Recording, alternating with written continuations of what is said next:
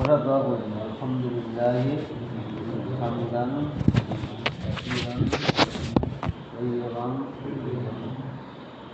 মুবারাকান ফীহি কামা ইউহিব্বু রাব্বুনা ওয়া ইয়ারদা।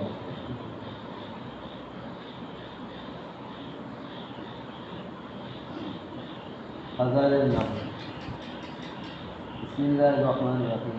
فَوَيْلٌ لِّلْمُصَلِّينَ الَّذِينَ هُمْ عَنْ صَلَاتِهِمْ سَاهُونَ الَّذِينَ هُمْ يُرَاءُونَ। যেসব নামাজি সিওর নামাজ হইতে গাফেল এবং লোক দেখানো নামাজ পড়ে তাহাদের ধ্বংস অনিবার্য। যেসব নামাজি আপন নামাজ হইতে গাফেল এবং লোক দেখানো নামাজ পড়ে তাহাদের ধ্বংস অনিবার্য। গাফেল শব্দের কয়েক প্রকার ব্যাখ্যা করা হইয়াছে। প্রথমত সময়ের প্রতি লক্ষ্য না করিয়া নামাজ কাজা করিয়া যায়। দ্বিতীয়ত নামাজে মনোযোগ না দিয়া এদিক ওদিক লক্ষ্য করা। তৃতীয় এতটুকু খবর না রাখা যে কত রাখার পড়া হয়। অন্য স্থানে মুনাফিকদের সম্বন্ধে আল্লাহ পাক বলেছেন, ওয়াইদা কামু ইলাস সালাতি কামু কামা লা মুরাউনা আন-নাসা ওয়া লা ইয়াযকুরুনাল্লাহ ইল্লা কালিলা। যখন তাহারা নামাজে দণ্ডায়মান হয় তখন তাহারা অত্যন্ত অলসতার সহিত হয়ে যায়, শুধু লোকজনকে দেখায় যে আমরা নামাজ। উপরন্তু তাহারা আল্লাহকে খুব সামান্যই স্মরণ করিয়া। অন্যত্র আল্লাহ পাক কয়েকজন পয়গম্বরদেরকে উল্লেখ করিয়াছেন, ফাখালাফা মিন বা'দিহিম খালফুন আযাউস সালাতা ওয়াত্বাউস শাহাওয়াতি ফাসাওফা ইয়ালকাউনা গায়্যা। পয়গম্বরদের পরে এমন সব অথর্ব উত্তরাধিকারী আবির্ভাব হইয়াছে যারা নামাজকে বরবাদ করিয়াছে, খায়েশাতের অনুসরণ করিয়াছে, তাহারাই অতিসত্বর চরম ধ্বংসের সম্মুখীন। পয়গম্বরদের পর এমন সব অথর্ব উত্তরাধিকারী আবির্ভাব হইয়াছে যাহারা নামাজকে বরবাদ করিয়াছে, খায়েশাতের অনুসরণ করিয়াছে, তাহারা অতিসত্বর চরম ধ্বংসের সম্মুখীন।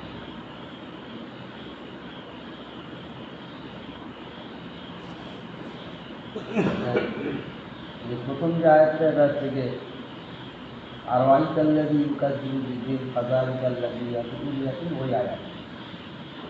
ওয়ালা ইয়াহুদ্দু আলা তুআমিল মিসকিন ফাওয়াইলুল লিল মুসাল্লিন আল্লাযীনা হুম আন সালাতিহিম।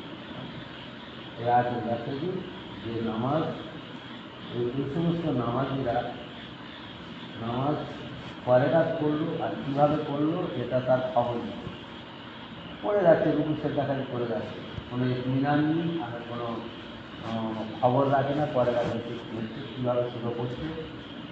আল্লাহ পাক খুব সতর্কবাণী, ওরা ধ্বংস হয়ে যায়, তারা ধ্বংস হয়ে যায়। দ্বিতীয়,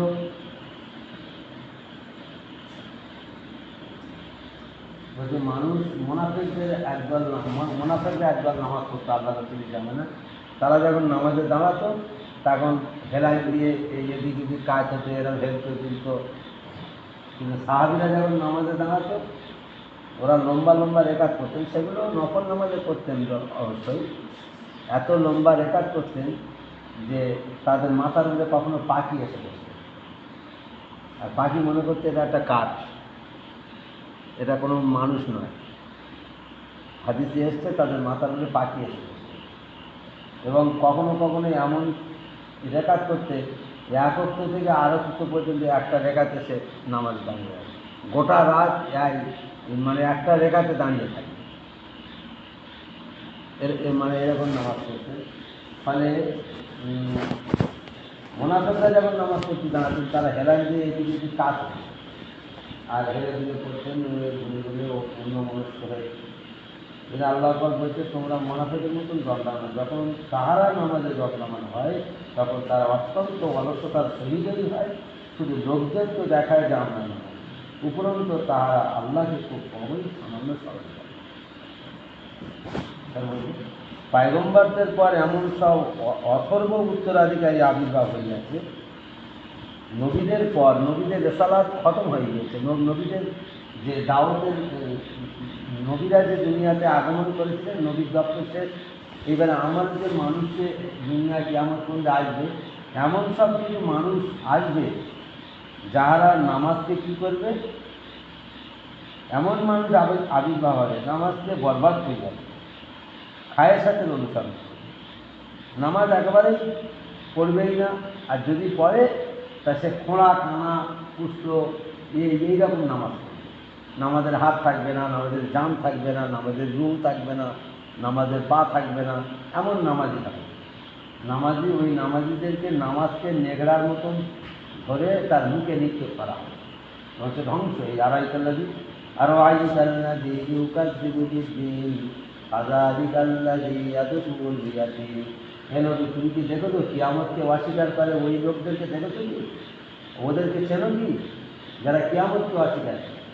ফাওয়াইলুল লিল মুসাল্লিন আরআইতাল্লাযী ইউকাযযিবু বিদ্দীন আযালিকাল্লাযী ইয়াদুল ইয়াতীম। যারা ইয়েতিমদেরকে মানে মালগুলোকে হরণ করে নেয়, নিজেকে নিয়ে নেয়, আর তাদেরকে বঞ্চিত করে।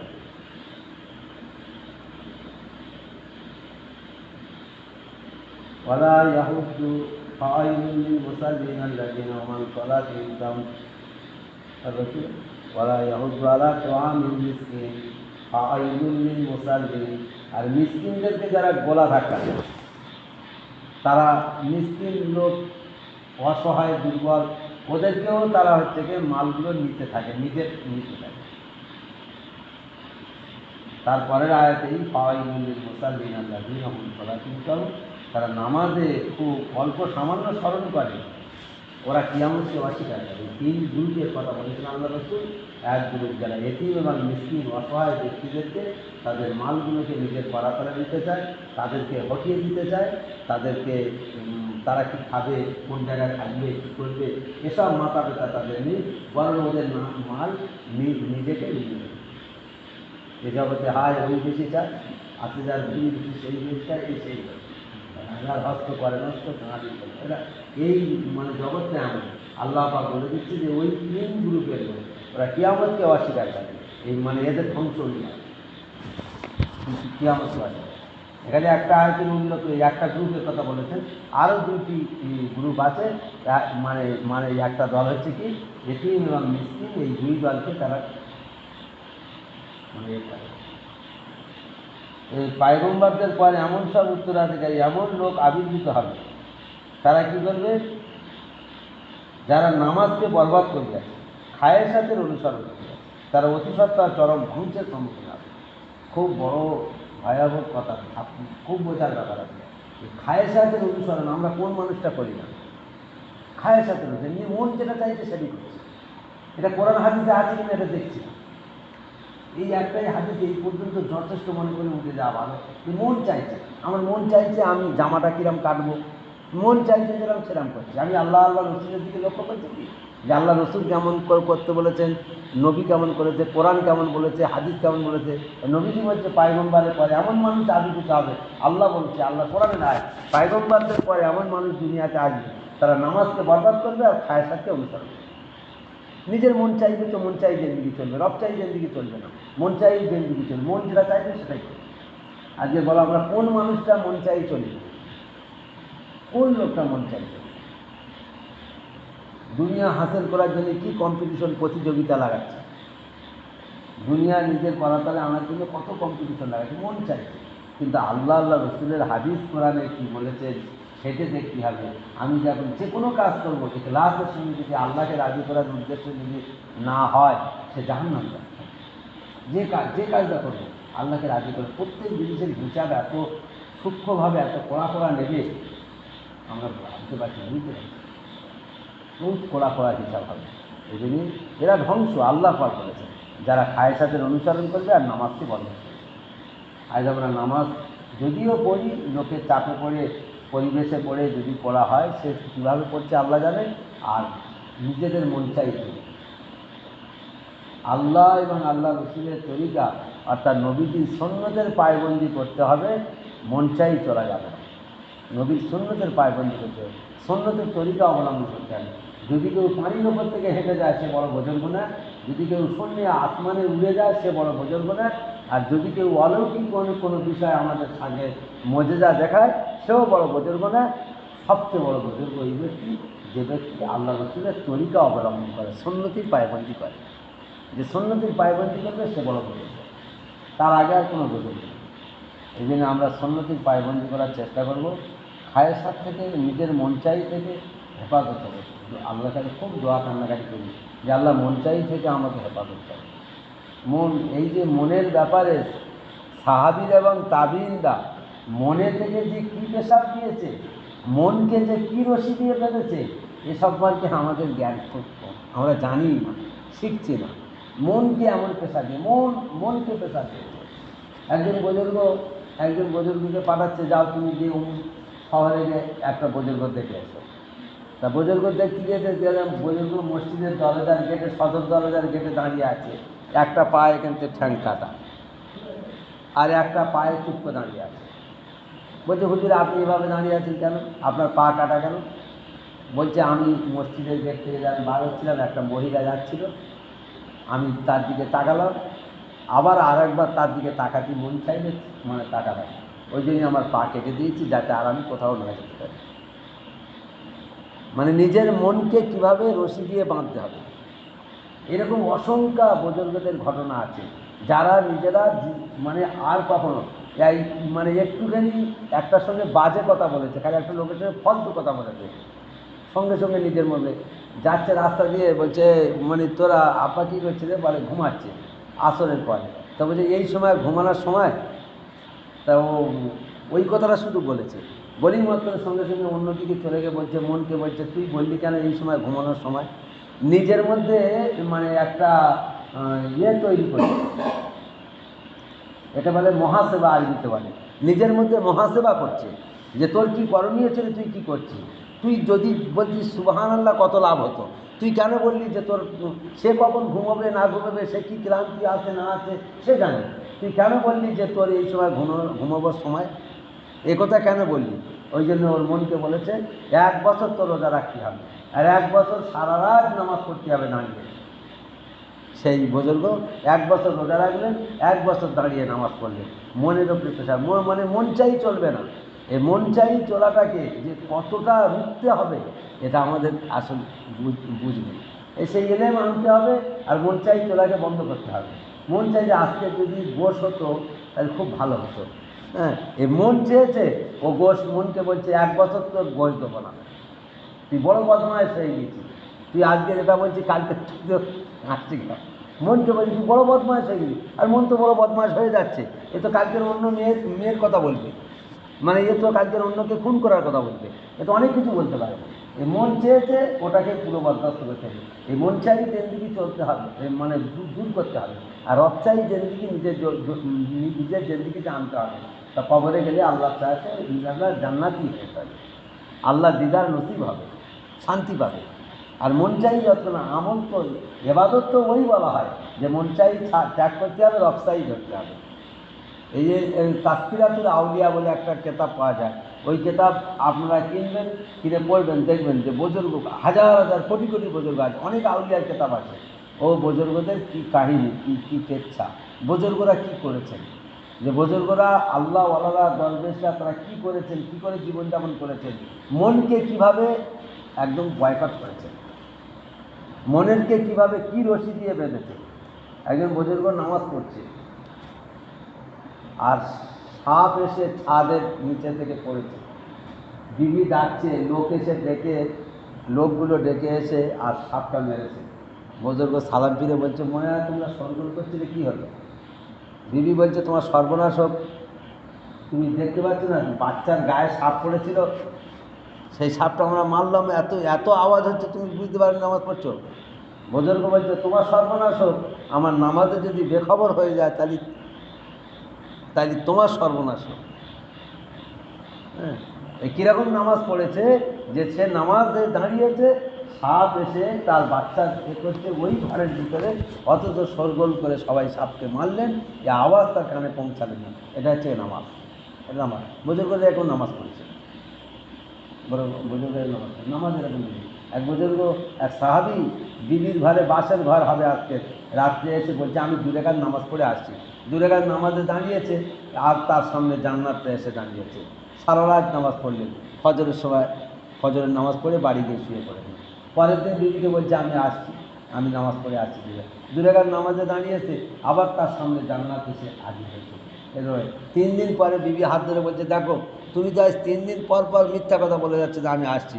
বলছি কী বলবো দিদি, নামাজে দাঁড়াচ্ছি, সামনে জান্নাত এসে দাঁড়িয়ে গেছে, ওই জন্য নামাজ ছেড়ে আসতে পারছি না। এরকম নামাজ সাহাবীদের নামাজ ছিল এরকম। আর আমাদের নামাজের জান নেই, নামাজের সেই জান নেই, যার কারণে আমরা এই বুজুর্গদের অনুসরণ করতে, বুজুর্গদের বহু ঘটনা আছে ভাই, যে আল্লাহওয়ালা বুজুর্গরা, তাদের অনুসরণ করতে হবে, তাদের অনুসরণ করতে হবে। তাদের যদি না অনুসরণ করি আমরা সঠিক পথ প্রাপ্ত হব না। সাহাবীদের অনুসরণ করতে হবে, নয়তো সঠিক পথ পাবো না। এখনকার এই জামানার আল্লাহওয়ালা দরবেশদের অনুসরণ করা যাবে না, সাহাবীদের অনুসরণ করতে হবে। আল্লাহ রসুল বলেছেন সাহাবীদের অনুসরণ করে। এখনকার আলেম এও সব মুনাফিকি আলেম, আমরা যা আছি সব মুনাফিকি আলেম। আর মসজিদে আছে তুমি যত টাকা দেবে তো ভালো মানে আমাদের আরও একটা কথা বলছি, মুনাফিকি আলেম, যে আমার প্রয়োজন যতটা, যে সেই ততটা আমি দুনিয়া করি এটা নয়, মিসাল যেটা বোঝাচ্ছি, ততটা দুনিয়া করি এটা নয়, আমার প্রয়োজনের অতিরিক্ত সঞ্চয় করার চেষ্টা করব, যাতে করে মুনাফিক, যে আল্লাহ আমার কী খাবে। এই জন্য এত মানুষ হসপিটালে আছে, সুন্দরবন জঙ্গলে কত জানোয়ারকে হসপিটালে ভর্তি করতে আছে, কোনো জানোয়ারকে হসপিটাল মানে ওদের বাচ্চা হয় মানে হসপিটাল ভর্তি করতে হচ্ছে না, ওদের রোগ শোকের জন্য হসপিটাল ভর্তি করতে হয়, ওদের কোনো হসপিটাল নেই, কোনো কিছু নেই। শীতের সময় এত কম্বল বিক্রি হচ্ছে, সুন্দরবনে কই কম্বল বিক্রি হয় না? মানে ওদের কি প্রাণী নেই নাকি? এই শহরে যত মানুষ আছে তার থেকে বেশি প্রাণী ওখানে আছে। আপনি জঙ্গলে না গেলে বুঝতে পারেন, জঙ্গল একটা ডিস্ট্রিক্টের থেকে অনেক বড়, কেন আমাদের কাছাকাছি জঙ্গল আমরা জানি, সেই মায়ানমার থেকে নিয়ে আর বাংলাদেশ থেকে নিয়ে আর আমাদের এদিকে হচ্ছে দক্ষিণ 24 পরগনা পুরো আটক করে নিয়েছে, আর ওদিকে সেই উত্তর 24 পরগনা হাফ পর্যন্ত আটক করে নিয়েছে। এই যে একটা বড় আয়তন জুড়ে আছে, একটা ডিস্ট্রিক্ট না 2-3টে ডিস্ট্রিক্ট থেকে আরও বড়, আরও বড়। এইরকম একটা জঙ্গলে কত জানোয়ার আছে, বাঘ আছে। এই সুন্দরবন রয়্যাল বেঙ্গল টাইগার, একটা বাঘ দেখলে যে কোনো লোক যদি হচ্ছে কি বড় বোটের ওপর দাঁড়িয়ে থাকে, আর ও যদি বাঘ একটা খালি হচ্ছে দেখে, ওই জঙ্গলের ওখানকার দেখে, যদি না ভয় তো আছে, লোক যদি হেঁকে ফেলটা কাপড়ে পেশাব করে দেবে, ওর সঙ্গে সঙ্গে হচ্ছে গিয়ে ওই নৌকোর মতো ঢুকিয়ে হচ্ছে গিয়ে কেঁতা চাপা দিতে হবে, কম্বল চাপা দিতে হবে, মানে এত ভয় লাগে। এইরকম বাঘ, ওই রকম বড় বড় বাঘ সুন্দরবনে কত আছে জানেন? হিসাব করে গণনা করে বলেছে 85টার ওপরে আছে, 85টার ওপরে। এবছরকার খবর 85-র ওপরে বাঘ আছে। একটা বাঘ না, একটা বাঘের কত খাবার, কীরকম খায়, কত হরিণ, কত জানোয়ার, তাদেরকে হচ্ছে গিয়ে ডাক্তার বুদ্ধি নেই, তাদের খাবার নেই, তাদের আল্লাহ খাওয়ায় না, তাদের কম্বল লাগে না, তাদের কিচ্ছু লাগে না। আমরা খালি মানুষ, আমাদের পেরেশানি আর পাগল। আল্লাহ পাক আমাদের শরীর দান করুন, সঠিক পথে চলার তৌফিক দান করুন। যে দোয়াটার কথা বলছিলাম সকাল সন্ধ্যে পড়তে হবে, ওই দোয়াটা কয়েকবার তো পড়ে যায় প্রত্যেক দিন। বিসমিল্লাহিল্লাযী লা ইয়াদুররু মা ইসমিহি শাইউন ফিল আরদ ওয়ালা ফিস সামাই ওয়া হুয়াস সামিউল আলিম। বিসমিল্লাহিল্লাযী লা ইয়াদুররু মা ইসমিহি শাইউন ফিল আরদ ওয়ালা ফিস সামাই ওয়া হুয়াস সামিউল আলিম। বিসমিল্লাহিল্লাযী লা ইয়াদুররু মা ইসমিহি শাইউন ফিল আরদ ওয়ালা ফিস সামাই ওয়া হুয়াস সামিউল আলিম। বিসমিল্লাহিল্লাযী লা ইয়াদুররু মা ইসমিহি শাইউন ফিল আরদ ওয়ালা ফিস সামাই ওয়া হুয়াস সামিউল আলিম। এটা আমার হেফাজতের জন্য বহুত বড় হাতিয়ার এই দোয়াটা। এই জন্য আমরা এই দোয়াটা খুব তাড়াতাড়ি শিখে নেব। এশারের বাদে তাকবীর পরে পড়ানো হবে, শিখে নিয়ে আপনারা মাগরিবের নামাজের পরে 3 বার পড়বেন, আর ফজরের নামাজের পর 3 বার পড়বেন। যদি কেউ নামাজ ফজরের সময় উঠতে না পারে, নবী করিম সাল্লাল্লাহু আলাইহি ওয়াসাল্লামের হাদিসের চাইতে যে মুহূর্তে আপনি ঘুম থেকে উঠবেন, চাই 8টায় ওঠেন আর 7টায় ওঠেন, হতে পারে মানুষের ঘুমের ঘরে ঘুম হচ্ছে মৃত্যুর সমতুল্য। মৃত্যু যেমনই, ঘুম তেমনই। একই কক্ষ দিয়ে দুইটি বার, মানে দুটো জিনিস বার হয়েছে, একটাই কক্ষ। মানে এই মৃত্যুর ঘুম থেকে যদি কেউ জাগৃত হয় 8টায় 7টায়, হতেও পারে, মানুষ মাত্রই এটা হতে পারে, অসুবিধার কারণে হতে পারে। যেক্ষুনি সে উঠবে সঙ্গে সঙ্গে উজু করে, কারোর সঙ্গে কোনো কথা না বলে, দুনিয়ার কোনো কাজ কারবারে হাত না লাগিয়ে, সঙ্গে সঙ্গে উজু করে দূরে কাজ সুন্নত নামাজ কাজা পড়বে। ও সুন্নত, মানে ফজরের সুন্নতটা খুব গুরুত্বপূর্ণ সুন্নত। এই সুন্নতটা কাজা পড়বে, তারপরে দূরে কাজ ফরজ কাজা পড়বে, 4 জায়গার নামাজ পড়ে নেবে, নিয়ে যে কোনো কাজ করবে, আল্লাহ পাক ওর আমলনামায় কাজা বলে লিখবে। ফেরেশতাকে বলা হয়, ডান পাশের ফেরেশতা বাম পাশের ফেরেশতার মানে এজাজত নেয় যে ও এই কাজটা করলো, এখন কি করবো।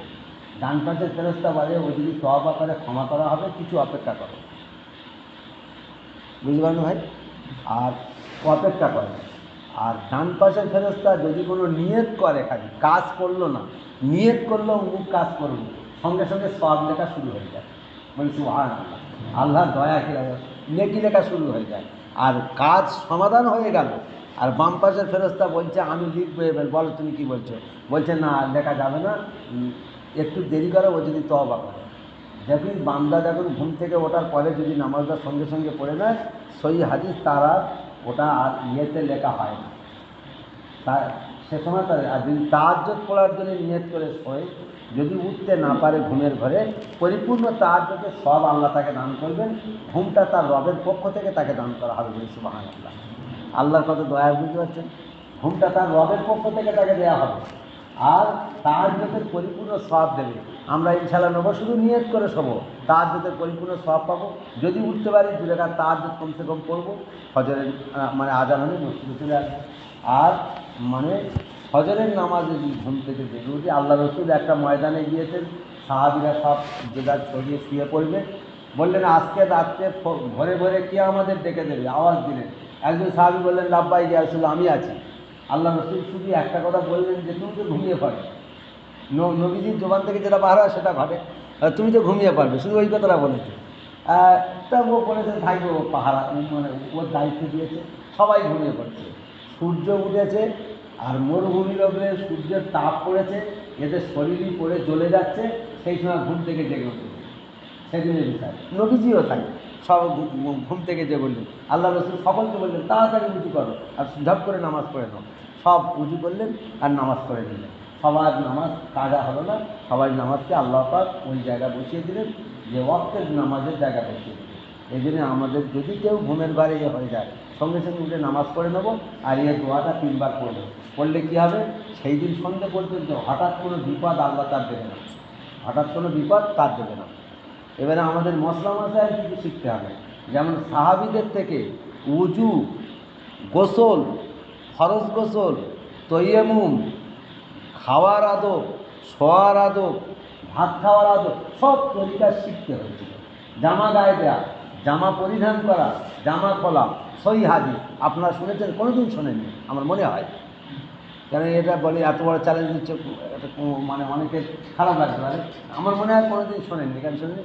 যখন আপনি জামাটা খুলবেন, তো যদি বিসমিল্লাহ বলে খোলেন না খোলেন, আর বিসমিল্লাহ বলে যদি দেয়ালের গায়ে না লটকিয়ে রাখেন বা ভাড়ায় থেকে যদি না রাখেন, ও হাদিস শরীফে এসছে ওই জামাটা শয়তান এসে গায়ে দেয়। শয়তান তো তুমি দেখতে পাচ্ছ না, তো ও গায়ে দিয়ে আর খুলে রেখে দেবে। আর এইবারে যখন এসে গায়ে দেবে, গোলাবে, তখন মেমোরি তখন হার্ট টেম্পার হয়ে যাবে। কী হয়ে যাবে? মেমোরি হার্ট টেম্পার হয়ে যাবে। এ বিবির ওপরে খ্যাটকা করবে, বাচ্চার উপরে খ্যাটকা করবে, গ্রামের লোকের সঙ্গে হাতাহাতি বেঁধে দেবে, বুঝতে পারবে? পাড়ার লোকের সঙ্গে হাতাহাতি বেঁধে দেবে। কারণ এ জামা তো বিসমিল্লাহ বলে রাখেনি। এ জামাকে বিসমিল্লাহ বলে রাখলে আল্লাহর হেফাজত হয়ে যেত। ওদিন বলছিলাম জুম্মা দিনে যে বিসমিল্লাহ যদি না বলতো, সারা দুনিয়া লবণার্থ। বিসমিল্লাহর কী দয়া আর কী বরকত আপনারা জানেন না। বিসমিল্লাহ বলে পানির উপর থেকে লোক হেঁটে যেতে পারে, যদি বিশ্বাস থাকে, যদি একিন থাকে, পানির উপর থেকে হেঁটে চলে যাবে, কোনো ব্যাপার নেই। পানির উপর হাঁটার কোনো ব্যাপার নেই, কিন্তু সন্ন্যতির তরিকা অবলম্বন করতে হবে, আল্লাহর হুকুম নবীর তরিকা চলতে হবে। তা ও জামা যখন ও দেয়ালে রেখে দেবে, শয়তান এসে গায়ে দিয়ে নেবে, এ জামা মানে এইবারে মানে দুবাইয়ের টিকিট কাটবে, এই মানে এতদিন কাটেনি, এইবার কাটবে, এ দুবাইয়ের টিকিট কাটবে, বিবি বাচ্চা সব দিয়ে চলে যাবে, 2 বছর সেখানে থাকবে, টাকা নিয়ে হচ্ছে কি মানে বড় ফোন কিনবে, দেখবে, মানে যত রকমের ফেরাউনের যত মানে কৃষ্টি কালচার আর নমরুদ আর সাদ্দাতের যত কৌশল সব মানে অবলম্বন করে নেবে। এই জন্য আমরা টুপি খুলে রাখবো তো বিসমিল্লাহ বলে রাখবো, জামা খুলে রাখবো তো বিসমিল্লাহ বলে রাখবো, পেশাব পায়খানা যাবো তো বিসমিল্লাহ বলে যাবো, টুপি মাথায় দিয়ে যাবো, গায়ে কাপড় দিয়ে পেশাব পায়খানা যাবো। আর পেশাব পায়খানায় গিয়ে পুরো হাড্ডি না বাড়তে, পেশাব পায়খানায় গেলেও আমার খরচ সতর থেকে রাখতে হবে, মানে পায়ের ওপরে এই হাঁটুটির ওপরে কাপড় উঠবে না, কোনো মতেই কখনো যেন হাঁটুটির ওপরে কাপড় না ওঠে, সবসময় হেফাজত থাকবে, এটা ফরজ পুরুষের জন্য, হাঁটুটির নিচে কাপড় রাখা ফরজ। এবার যে আপনি পেশাব ফিরবেন কী করে, পেশাব ফিরতে গেলে ফরজ তরফ করা যাবে না, বাথরুমে গেলেও খরচ তরফ করা যাবে না, আপনি যদি টয়লেটে যান বাথরুমে বসেন তাও তোমার খরচ তরফ করা যাবে না। কীরকম হবে, এইগুলো সব শিখতে হবে আস্তে আস্তে। যেমন এই বসলাম, দাঁড়িয়ে কাপড় তোলা, এটা হচ্ছে গিয়ে শরিয়াতে বড় খারাপ কথা, দাঁড়িয়ে কাপড় না তোলা, আস্তে আস্তে বসবে, এই সাইড থেকে কাপড়টা নিয়ে 2 জায়গায় রাখবে, এখান থেকে হাঁটুর কাপড়, ঠিক আছে, পেশাব কী করবে, এই বলবে, মানে মানে এই কাপড়টা তুলতে হবে, মানে এই কাপড়টা নিচে করে পেশাব করবে, এই হাঁটুটির কাপড় থাকবে, খরচ তরফ করা যাবে না, পেশাব পায়খানাতেও খরচ তরফ করা যাবে না, সর্বোচ্চ অবস্থায় নিজের কাপড় হেফাজত হয়ে থাকবে সব। এইগুলো আমরা লক্ষ্য করবো, খেয়াল করবো। আর যে কথা বলি, হ্যাঁ উজু থেকে আমার শিখতে হবে, উজু থেকে নামাজ পড়তে চাইছে আমি সব জানি, উজু থেকে আমার শিখতে হবে, হ্যাঁ উজু তো শিখতে হবে। আপনারা যে উজু করেন, আমরা যে উজু করি, না শিখলে তো উজু হবে না। আর উজু যদি হয় পরিপূর্ণ উজুর যে তরিকা, সেটাতে জান মানে উজুর জান থাকবে না। আর উজু যার সহি হবে তার নামাজ সহি হবে, আর নামাজ যার সহি হবে সে জান্নাতে অবশ্যই যাবে। জান্নাতের চাবি আর সালাতুল মিরাজুল মুমিন, জান্নাতের এই জান্নাতের চাবি, যাই আমি মানে হাদিসটা একটু ভুলে যাচ্ছি, মোটামুটি জান্নাতের চাবি হচ্ছে নামাজ, জান্নাতের চাবি নামাজ, আর উজুর চাবি, নামাজের চাবি উজু, নামাজের চাবি উজু, আর জান্নাতের চাবি নামাজ। এই জন্য উজু আমাকে সহি করতে হবে। উজু যদি ইসরাফ হয়ে যায়, ফজুল হয়ে যায়, তাহলে উজু গুনাহগার হয়ে যাবে। ফজুল বলতে কি, আমাকে 3 বার গড়গড়া করতে হবে, 4 বার করে দিলাম, মুখে পানি দিতে হবে 3 বার, আমি 4 বার দিলাম। প্রথম পানি ফরজ, প্রথম পানি দিয়ে আমি মানে প্রথম যখন আমি হাতে পানি দেবো, প্রথম পানি সমস্ত জায়গায় বুলিয়ে পশমের গোড়া পৌঁছে দিতে হবে, এটা হচ্ছে ফরজ। ওই একবার দিলে আমার ফরজ আদা হয়ে যাবে, দ্বিতীয় তৃতীয় না ধুইলে আমার উজু হয়ে যাবে, কোনো গুনাহ নেই, এটা ফরজ আদা হলো আল্লাহর হুকুম। দ্বিতীয়বার দেওয়া, তৃতীয়বার দেওয়ার সমস্ত নবীদের সুন্নাত। এবার আমি যদি মানে অনেকে উজু করছে, এই মারলাম এই মারলাম এই মারলাম এই মানে এইবার বুঝছি, আচ্ছা ওর ফরজ হলো আর সুন্নাত হলো, তার মানে মতো প্রথমেই উজু করে ফরজ আদায় করে নেবে, এইবারে সুন্নতের কাজ করবে, বুঝতে পারেননি? হ্যাঁ, এটা আমার জানা নেই, এবার হয় না, তাহলে ও ফরজের সব পাবে না, সুন্নতের সব পাবে না, আর উজুর জান হলো না। উজুর জান তৈরি করতে হবে। হাতেম আসেম বলে একজন বহুত বড় বুজুর্গ ছিলেন, অনেক ঘটনা আছে আপনাদের আস্তে শুনতে পাবেন, খুব ডেঞ্জারাস ঘটনা, ঘটনা শুনলে মানুষের দিমাগ খুলে যাবে।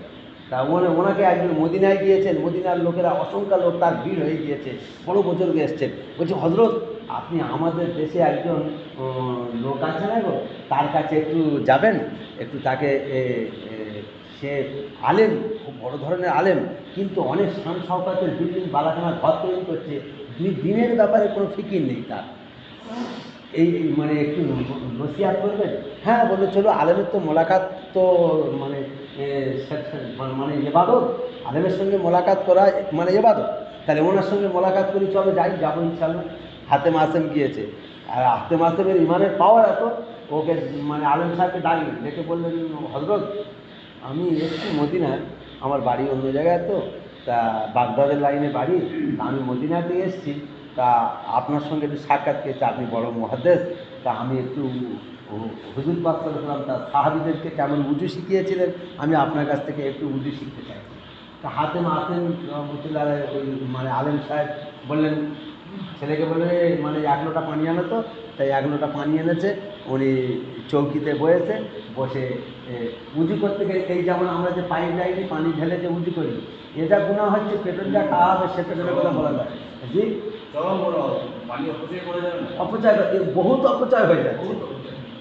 পানির মালিক তো আল্লাহ, পানির মালিক কে? আল্লাহ। আমরা তো বুঝতে পারছি না। কুল আরাইতুম মিন আসমা'হু হুকুম গাওরান ফামাইয়া আতিকুম বিমা ইম্মাইন। এই পৃথিবীর মানুষ, সমগ্র দুনিয়ার পানি যদি ভূগর্ভের নিচে দাপিয়ে দেওয়া হয়, আছে কোনো লাগাম, পানি তুলে আনবে। মানে আমরা যে পাইপ দিয়ে পানি বাজবো, আর যে পানি যে পাইপ লাইনে তুলছি, আল্লাহ ওই ভূগর্ভ এত জমিন এত চওড়া, এ আমাদের ধ্যান ধারণার বাইরে। এই জমিনের নিচে যদি ঢুকিয়ে দেয়, সারা দুনিয়া দড়িয়ে এনে যদি দেয়, তো পানি বার করতে পারবে না। আল্লাহ বলছে এই পানি যদি ভূগর্ভের নিচে একটু ঢুকিয়ে দিই, তোর আছে কোনো ক্ষমতা পানি তোলার?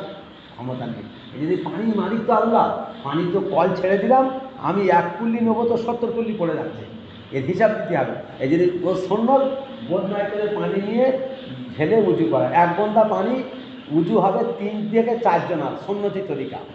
হাফ বন্যার থেকে আরও কম পানি পরিপূর্ণ উঁচু হয়ে যাবে, ওই উঁচুটা সবচেয়ে ভালো উঁচু। এই জন্য আমি ভাইকে বলেছি, ওনাকে বলে দিয়েছি, ভাই একটা লোটা দাও আমাকে, আমি লোটায় উঁচু করো, আমি এতে উঁচু করি না। তা উনি সে মনে নেই আর